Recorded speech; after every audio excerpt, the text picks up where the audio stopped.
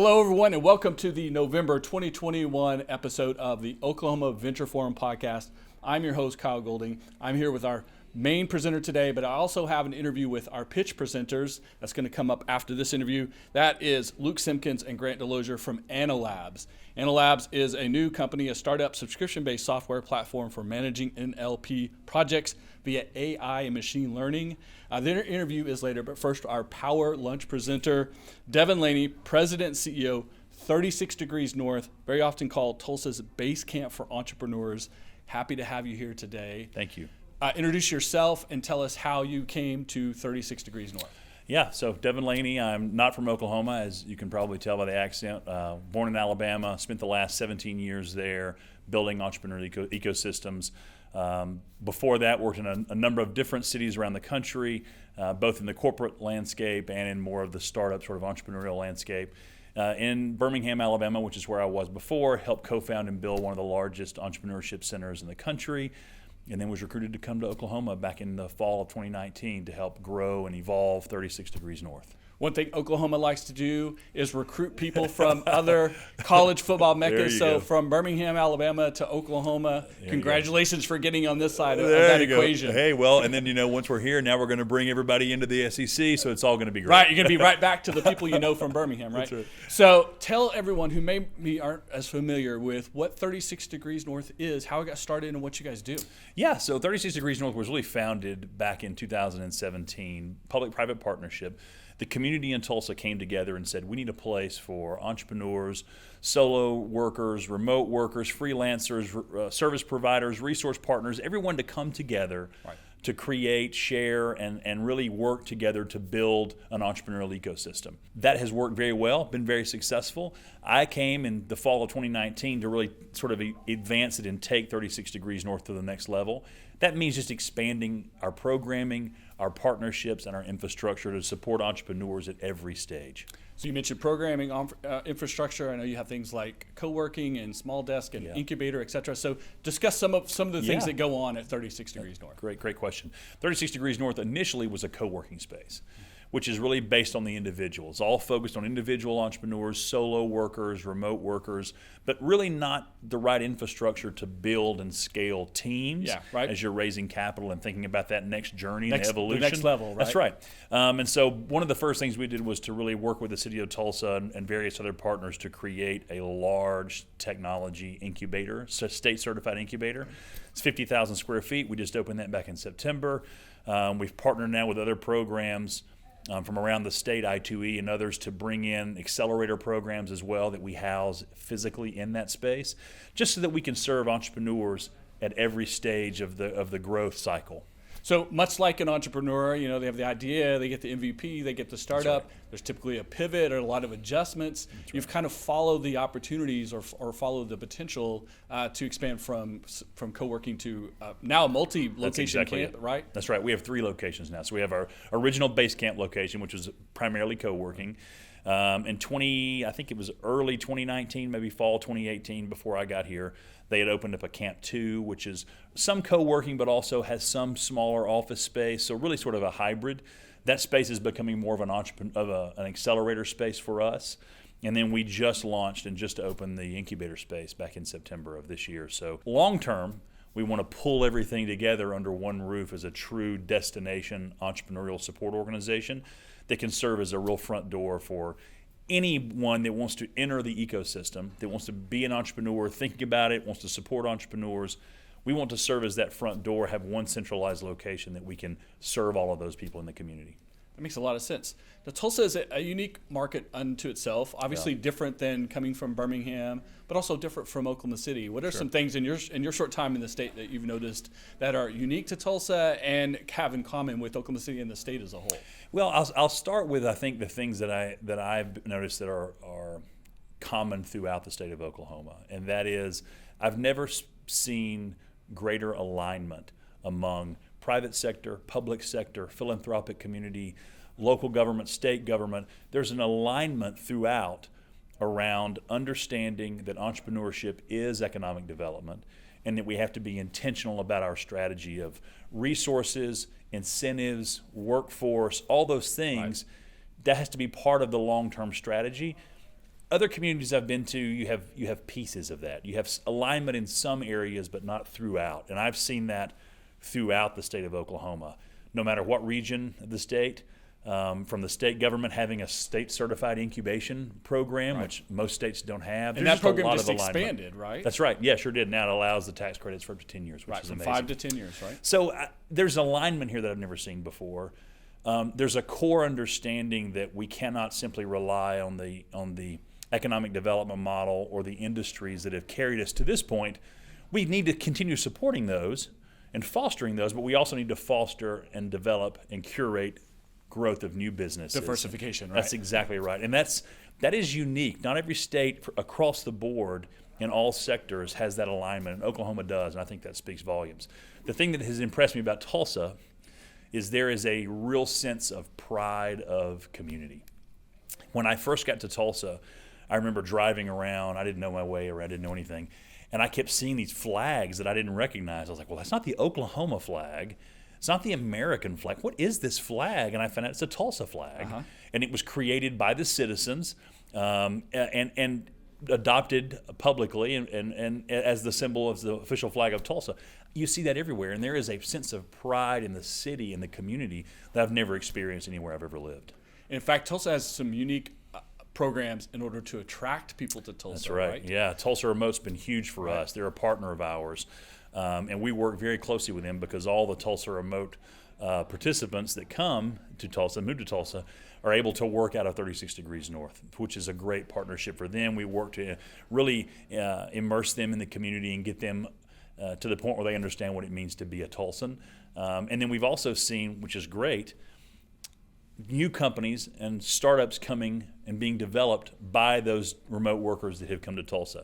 Maybe had a job already, they're a remote worker, they come to Tulsa, they get immersed in the ecosystem, and they want to go out and take that experience and start their own business. So we're seeing that as well too, and it's been a huge benefit. So those ideas and programs now are starting to pay off. Correct. I think so. The dividends we hope they would see. Absolutely, and that's one of the things that we try our best to capture and to share with everyone is the overall economic impact, because it's hard to understand from a broad perspective.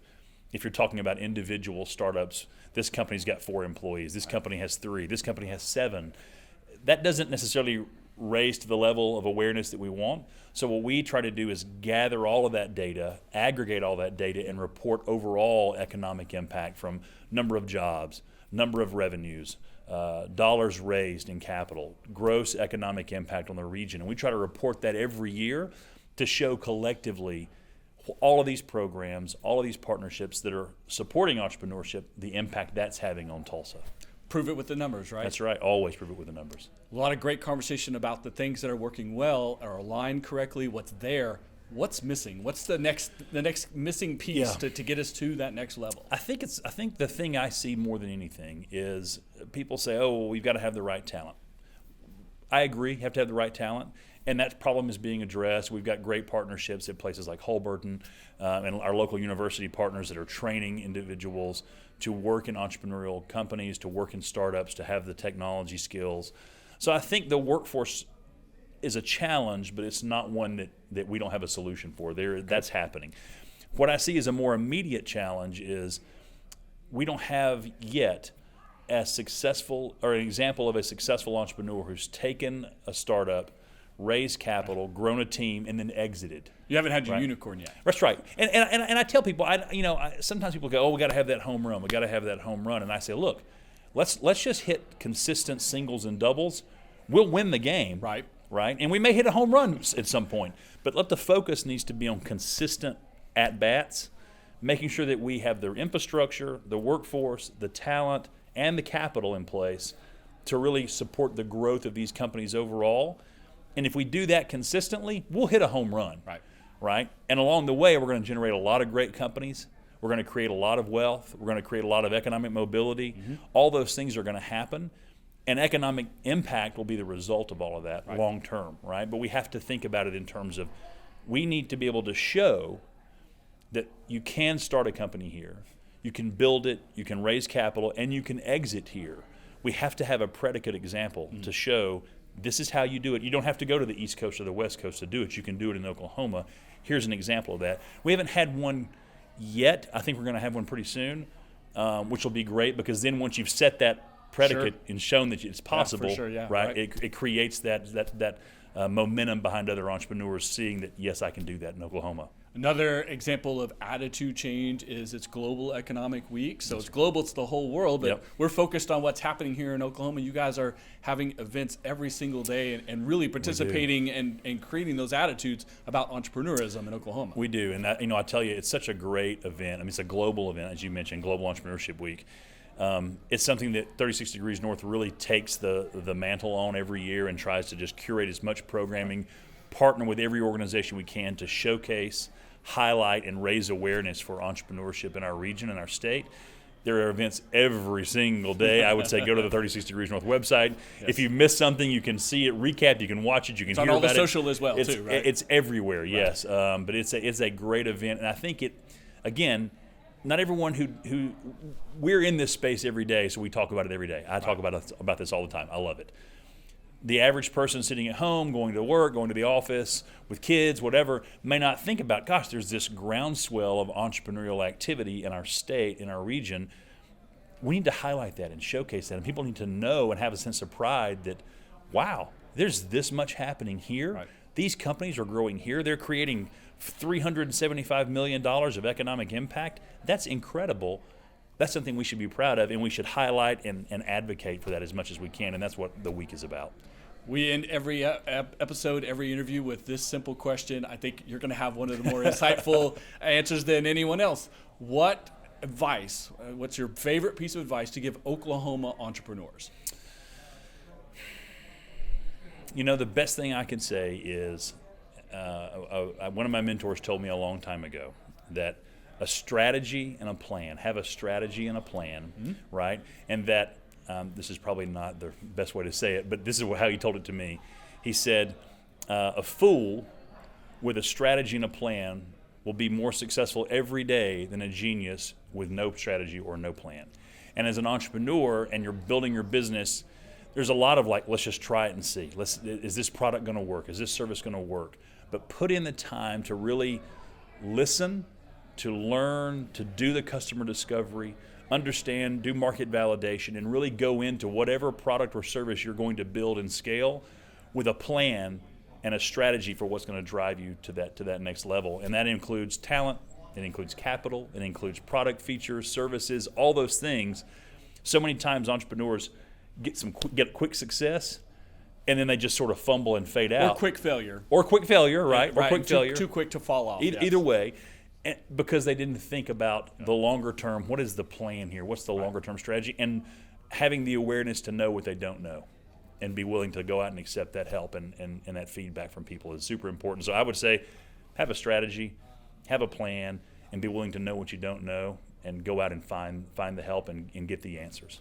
There you go. Fantastic advice from Devin right there. Appreciate you very much being on the podcast, for presenting to Oklahoma Venture Forum today, and looking forward to, for the next half of the podcast, the guys from AnnoLab talking about their startup. Too. That's going to be great to hear. Thanks for being here today. Thank you very much for the opportunity.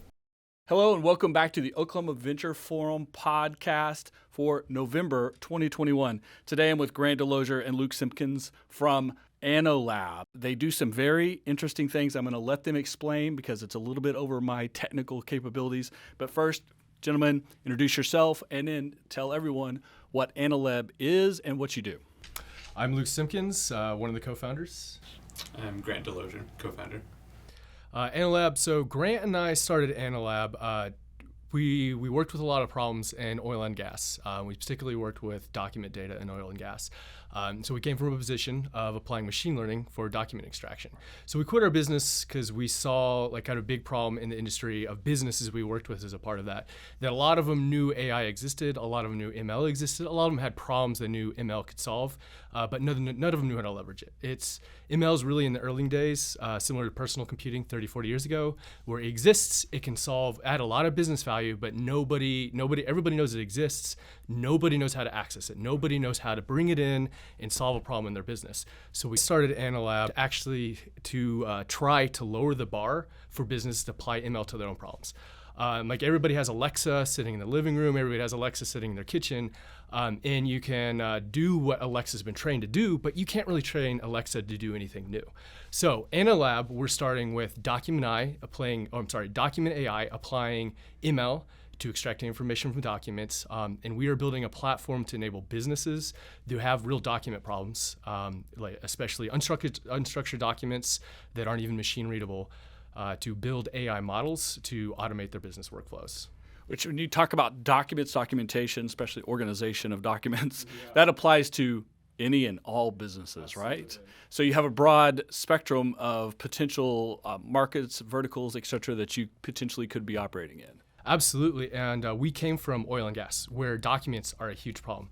Like oil and gas, Grant is more of the expert on oil and gas title, but we came from oil and gas title, land, mineral rights, mineral deed. Highly regulated industries too. Absolutely, right? That was our sweet spot was regulatory data, because it produces a lot of information, and government is just not really good at creating good information. True. So the worse the information that is, the better, and the more, like, the bigger the opportunity is for us to produce valuable information. Because there's a lot of valuable data in figuring out who owns what, and yeah, we took advantage of that opportunity. Okay, that makes a lot of sense. So you've identified the problem. You've identified some tools in order to address that problem.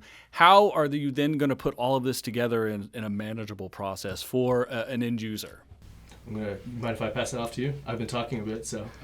Sure. Yeah, I think, like Luke was saying, a lot of businesses realize there's a lot of opportunity in AI ML, and where they struggle is, I don't feel qualified to hire an AI ML team. I don't feel qualified to use the latest and greatest tech and apply it to our business problem. And sort of what we're after at AnnoLab is give people the software tools to get them where they would be in a year with an AI ML team. So just take the steps that our software recommends. You bring in your documents, you highlight things on the documents that you would want a human normally to do, provide enough examples to our software. We build you a machine learning model, and that machine learning model, we give you the freedom to deploy it however you want. So you can start automating some business process.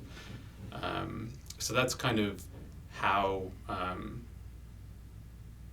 our kind of software fits into the concrete business problems that people would have. Is that kind of the... Yeah, it makes sense. I think a lot of people in business, whether it's oil and gas or any other spectrum of business, would probably say they don't know enough and are probably almost intimidated by AI and machine learning, et cetera. So what's the most common thing that you were hearing, the first thing that you thought you needed to address as far as a pain point to get them over that hump of, there's no way this makes sense for me, but get them into the conversation of maybe this is a tool that gets me there? You had a lot of conversations with the customers, so... Yeah, it's important to recognize where businesses are right now for the most part. So a lot of different businesses where documents are an important medium of information, they're almost 100% manual right now. So, they get thousands of contracts through, let's say they already have it in digital form. So they're one step ahead of the curve. Okay. With some people, they already have scans and images. People are taking those scans and images, bringing up the images on their computer. Then they have like Excel open in another window or some other form builder, and they're keying in values. So there's a lot of hands on keyboards typing things out. That's where I would say the vast majority of businesses that are dealing with documents are right now. And so, and it's one thing that's important to recognize is in a lot of industries like oil and gas or in title or legal, the people doing that work, they're not, they're qualified subject matter experts. So they're like, a lot of money is being paid to these people to type out things. So it's a big cost center for a lot of businesses. It's definitely a pain point for these businesses. Where you get started is, you have to understand the particulars of different document-based tasks, but there's a lot of commonalities across industries. So like the first part is, maybe you have a bunch of separate images, a bunch of different JPEGs coming in. You need to do what's called collation or stapling into independent documents. So rather than having a human being go through and say, page 1 through 5 is a lease, page 6 through 10 is a lien, page 11 through 14 is a release. A machine goes through and chunks these things into independent documents. The next step usually is a classification. So page 1 through 5 corresponds to this document category. Once you've got a document put into a particular category, you can route it towards a certain set of business logic. And then the next step is, okay, within a particular category, what are the pieces of information on that contract or document that you want to pull out and structure? So usually that is names of parties, so like grantor, grantee names, who signed the contract, what was their title, what was the date on which the contract took place, what were the assets described. And that kind of breaks down into a task called information extraction. So that's kind of a common theme that we see talking to people is you have like document splitting and collation problems, you have document classification problems, and then you have information extraction problems. So you're creating a structured representation of what is fundamentally an unstructured medium, and then once you've got it in the structured realm, like businesses can start to do more advanced like analytics capabilities. This is especially valuable at scale. Like we've worked in the past, not with AnnoLab, but prior position with mineral buyers who care about all the documents and who owns what across the state of Texas. So we want to apply it at that scale where there's just paper documents across courthouses in Texas, and you really want to understand like who owns what across the state. That's where a lot of the value is, because you can't really hire thousands of people that are qualified to enter all that, but you can build a model to pump it all through and do the same thing. And you mentioned, obviously, when you hire people like this, they have expertise, they have a salary level so there's a cost associated, but there are other benefits too to using AI and machine learning to streamline this process as opposed to just cost, right? Right. Well, yeah, exactly. Like scale, like getting information at scale. If you want to apply it across millions and millions of documents, and you have no ability to train like thousands of experts, and especially nowadays where it's really difficult, the job market is really competitive. So yeah, applying it at scale, getting information at scale. So let's talk about the company itself. Where are you in your from startup to being a mature business growth stage? Even and with your pitch presentation, what kind of support are you looking for from the members of Oklahoma Venture Forum? Where are you in the world, and where are you hoping to go next? And what's the plan? So we're bootstrapped. We Grant and I own it 50-50. We started June 1st, 2020. So mid-pandemic, we both quit. We worked together in our previous position. We quit together, started building a business. We have a launch product, as you saw on our site, AnnoLab.ai. We need to change the site because, as many startups do, as we talked about, we've pivoted more into the document space. When you're a young company, everything changes rapidly, right? Well, we did find a market. After 12 months of building the product, we went out. We started presenting to people and found with some tweaks and some slight changes in our idea of what our market is. We went out, we made a sale, and we're currently working in airline title. So we've partnered with a local airline title company. We are building automation for their title processes. We have a lot of pitch presenters at Oklahoma Venture Forum who started in oil and gas. Yeah. And often they find a more elegant solution than the traditional solution to something, especially in the field, adding technology, et cetera. But they often immediately go to that 1 degree away, which is let's continue working in oil and gas. Mm-hmm. Whereas you have an application that obviously can get outside of oil and gas into multiple places. What made you decide to not be super specific and stay right in the sweet spot that you knew, but chasing the opportunities that you've identified? Well, we definitely wanted to diversify out of the energy sector. I think what were the oil prices at in 2020? It was, the price of oil went negative around. Right, not like it is today, right? Yeah, I think it was just like six to 8 weeks before we quit, and we're like, okay, energy is just, it's so volatile. Right. And we know a lot of people in energy, so we wanted to stay friends with our mentors and CEOs that we'd kind of worked with before. We didn't want to compete with anybody we'd worked with. And we knew the problems existed in so many other industries. In November, you're our pitch presenter, November 10th presentation. What can the members and guests on that day expect from your presentation?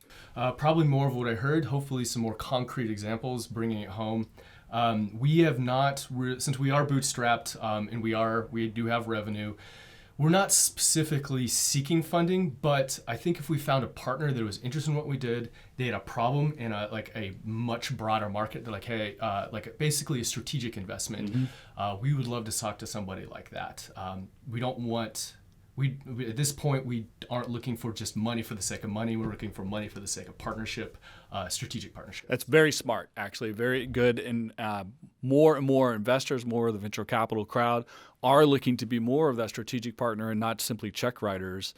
We're seeing that more often. And I think probably of all the pitch presentations we do this session, most of them aren't necessarily looking for a check writer. They're looking for a strategic partner. So I think that's how business, it's been moving in that direction for a while. But all of the changes that have happened over the last 18 months, I think that definitely is going to be the new opportunity moving forward for folks who have capital or expertise to come into something as exciting as what you guys are doing and actually maybe not only disrupt certain industries, but really make change in the way people are running their business. Absolutely. One last question. We always end on this question on the podcast. What is your advice for Oklahoma entrepreneurs, for anyone trying to create a startup or be an entrepreneur in this space? What advice do you have for them? What the pros, the cons, whatever do you like to talk about when it comes to starting and running a business in Oklahoma? I'll give mine and then I'll let you give yours. I think two things. First one is be supportive of other entrepreneurs, especially anybody at any stage. It's so hard to be dismissive of the 21, 22-year-old that's coming in and still at the idea stage, and he or she or they may not have the technical expertise to build it yet, but they may have a great idea. Everybody has a nugget of wisdom that you can benefit from. So not to be dismissive of those that are at a different stage in the life cycle, especially at the idea stage. And then two is the Oklahoma entrepreneur community it feels unlike, because this is my third startup here in Oklahoma, and it feels different now than it's ever felt in the past. There's money, there's venture capital, the community especially is really spurring. There's a lot of exciting people, so attend those events, like OKC Tech++, right, and OVF, attend those, be involved. That makes sense. Good advice. I agree with everything that you said, Luke. Maybe I'll say something slightly more controversial. I'm not sure you would agree, but I would say stay grounded in the local market. I think when we started out when we started our business, like we were kind of trying to do more of the Silicon Valley thing, and maybe that works here in Oklahoma City and Oklahoma market. But now that we've connected with actual markets and customers here in Oklahoma, it feels like we're having a lot more success. So don't listen too much to the kind of the material about what works on the West Coast. Find something that works here in Oklahoma. Know your audience is a core tenet of any business, right? So I think that applies. I would agree with you from my experience too, that start with what you know, start local, right? And then if the opportunities happen to be East Coast, West Coast, or anywhere like that, you can make those adjustments when the time comes, right? Absolutely, and I agree with you. Absolutely. Well, Grant, Luke, thank you so much for coming on the podcast. Looking forward to your presentation November 10th at OVF. So make sure that if you are a member that you have RSVP'd. If you are a guest, hit the website, find the information, sign up, hear this pitch presentation. We'll also have a main presenter and all of the networking and all the things that come with OVF. Until next month,